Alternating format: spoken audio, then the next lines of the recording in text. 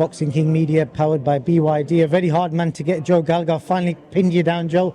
Lawrence Okolie, you've got another young fighter that you're representing today as well. How's things and how's the stable, and what are you expecting from Lawrence Okolie? Yeah, good to see you. Finally managed to nail me, grab me. Yeah, listen, the gym's going very well at the moment. Lawrence, obviously becoming a two-weight world champion, winning that Bridgerweight title, has given huge confidence to mix him with the big men, and now we're taking the next step up now into the heavyweight division and a chance for him to become a three-weight world champion. He's in a good place. I'm not sure whether you've interviewed him yet or not, but he's in a good place, and we're ready to rock and roll on December the 7th, and then hopefully for a massive 2025. You've obviously got vast amounts of experience in boxing. In fact, I think it's fair to say you're probably, if not the most, or one of the most decorated coaches in the UK. So I asked him this earlier what he's learned from you, and he was talking about the mind game, which he goes like, you're constantly on his case about messing up or falling asleep in the ring. What do you think you're going to add to his game when you see him back in the ring again at heavyweight? Add to his game, I think. Literally what we've seen in Poland, I was really pleased that we had the first round stoppage, but I was usually disappointed that it ended in round one because we had so much to show everybody. And the further we're getting away from the Bilham Smith performance that everyone was always talking about, and I was annoyed because he had so much, but we've got to get on with this at the moment. Ron was in the ring after the fight, and Lawrence did an interview, he says, "I hate this man."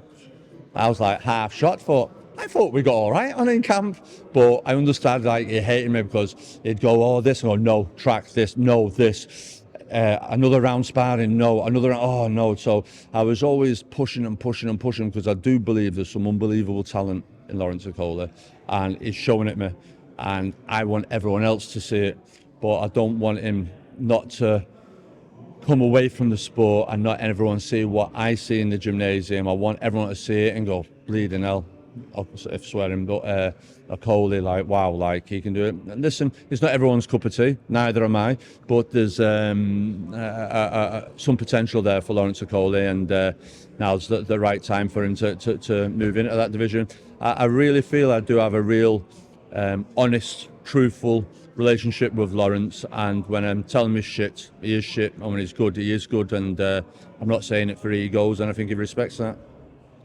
Fair play to you. I don't think many people in the country, coaches wise, could tell a guy that's 6'6", something like that straight. Well, when we were getting ready for his fight in Poland, he'd done 12 rounds, and then at the end of the round he came 12 rounds with 3 different sparring partners, and he came to the corner and a few people were clapping. I went, "One more."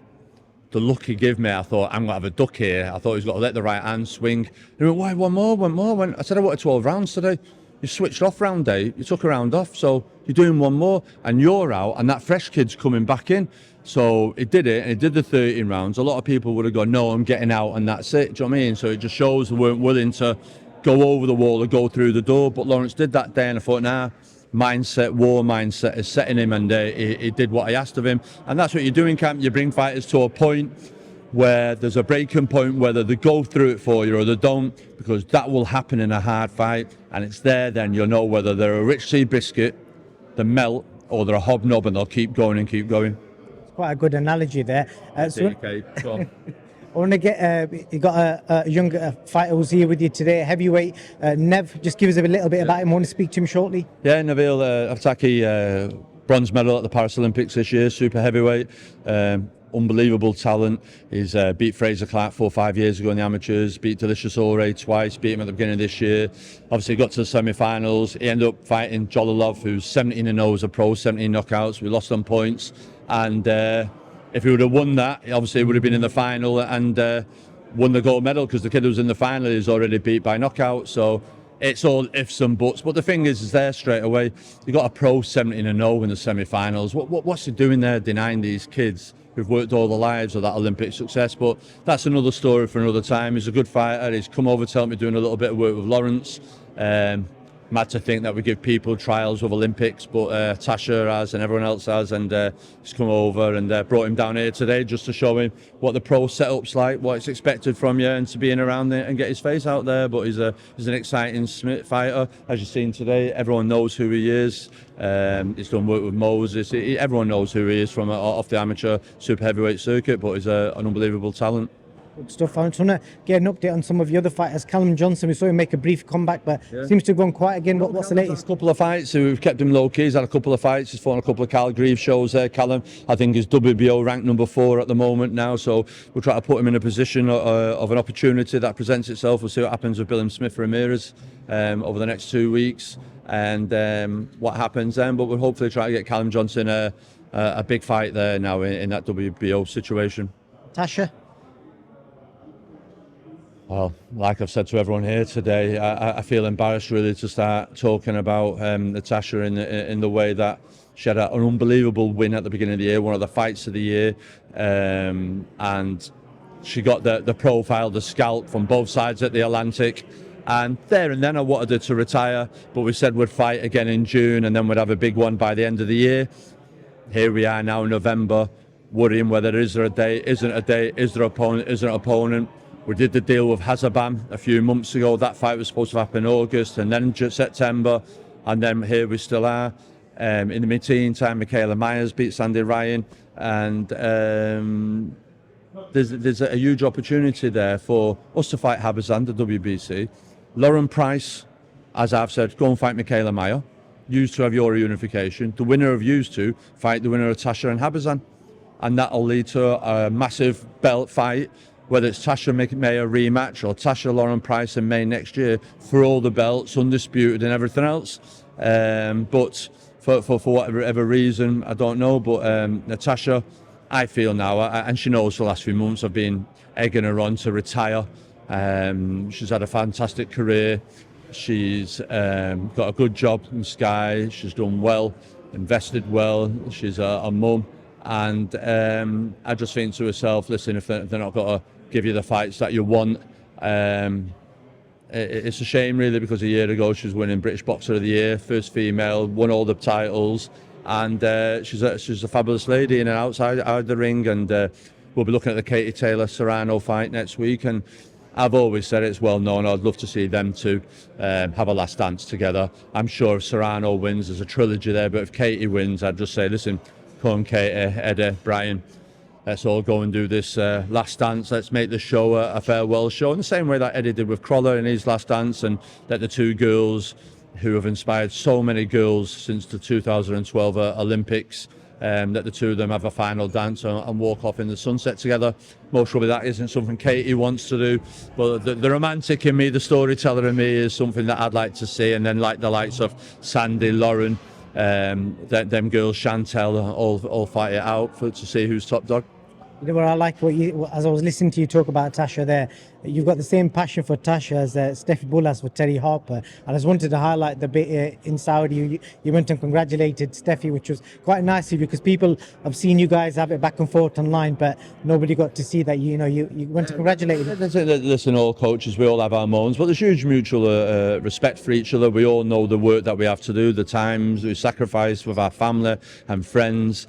And it's a thankless job. We know when we win, it's all about the fight, and when we lose, we'll be dispersed. And that's something that I don't like, that's creeped into the game for the last 5-10 years. But yeah, no, listen, and for Terry Harper as well, she's an adversary and rival, and she's had her ups and her downs and her knocks and her thing. Yeah, and I just thought the mental strength for her to get back on the horse after losing to Sandy Ryan and go in there and put a polished performance on against Rhiannon Dixon that everyone thought would most probably win. But I just felt before the fight, when people asked me, I just thought Terry had that little bit too much. I think Rhiannon can regroup and go again, but sometimes you've got to hold your hands up and give credit where it's due, and fair play to Terry and Steffi Bull. I've been meaning to ask you this question. I was going to do it in the gym, but I'll just drop it on you now, because I don't know I'll get you again. But you're one of the most decorated coaches in the UK, and I've seen this debated a lot online. We see a lot of fighters when they're the new pros that get signed by Matchroom or Queensberry, big names, and they tend to base themselves around London. Why do you think you're not getting them kind of names when it comes to accolades? I don't think anybody could compete with what you've done in boxing. I wouldn't really say that. Obviously, we've got Nev, we've got Lawrence Okolie, we've got 2 world champions in the gym at the moment. People think we're all quiet, but I just want to run something off this year. We've won 2 world titles, we won a European title, we won a Commonwealth title. Jack Massey's fought against Okolie. We've got Josh Holmes is now 15-0. Billy Dennis is now 12-0. We've got Mikey Talon, exciting talent, who will be nailed on world champion. Clark Smith, Okolie McGowan fought for the European title. So the stable's buzzing and it's running around, and I'm sure I forgot someone, but it is what it is. But like you say, I don't know, to be honest. I don't go after people. I don't try and get people, and most of it because I stay in London, because it's easier to commute, the sparring and everything else to get that. And sparring's a big killer in all aspects. I had yesterday, the night before, sparring pull out on me, and there's nothing you can really do about it. But they're the things you deal with. But maybe it's a case as well, like Dominic Ingle, myself, Adam Booth, and that. Well, like, listen, we've got our track record. We know what we can do, but what we're capable of, and we don't have to massage anyone's egos or do it. This is our way. This is how we do things, and this we want to get in it. If you want to have people around you that want to be cheerleaders and stuff like that, then that's down to you. But it's I don't know. Listen, none of us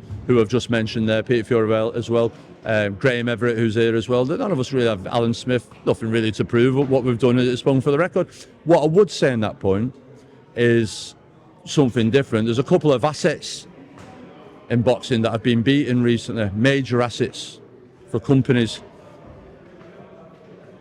And when these assets turned professional years ago, they were put with the old stalwart trainers. Frank Warren, whatever asset he'd put him with Jimmy Tibbs, do you understand? Ernie Foster, well-respected old school trainers, Brendan Ingle. People have done it.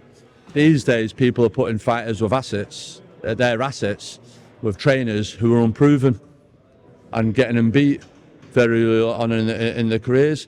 Now, these trainers have been there, they're doing everything else, but that just doesn't make sense a little bit, where if you had a Lamborghini, you're not going to give it someone that's just passed the driver test to get the best out of it, are you?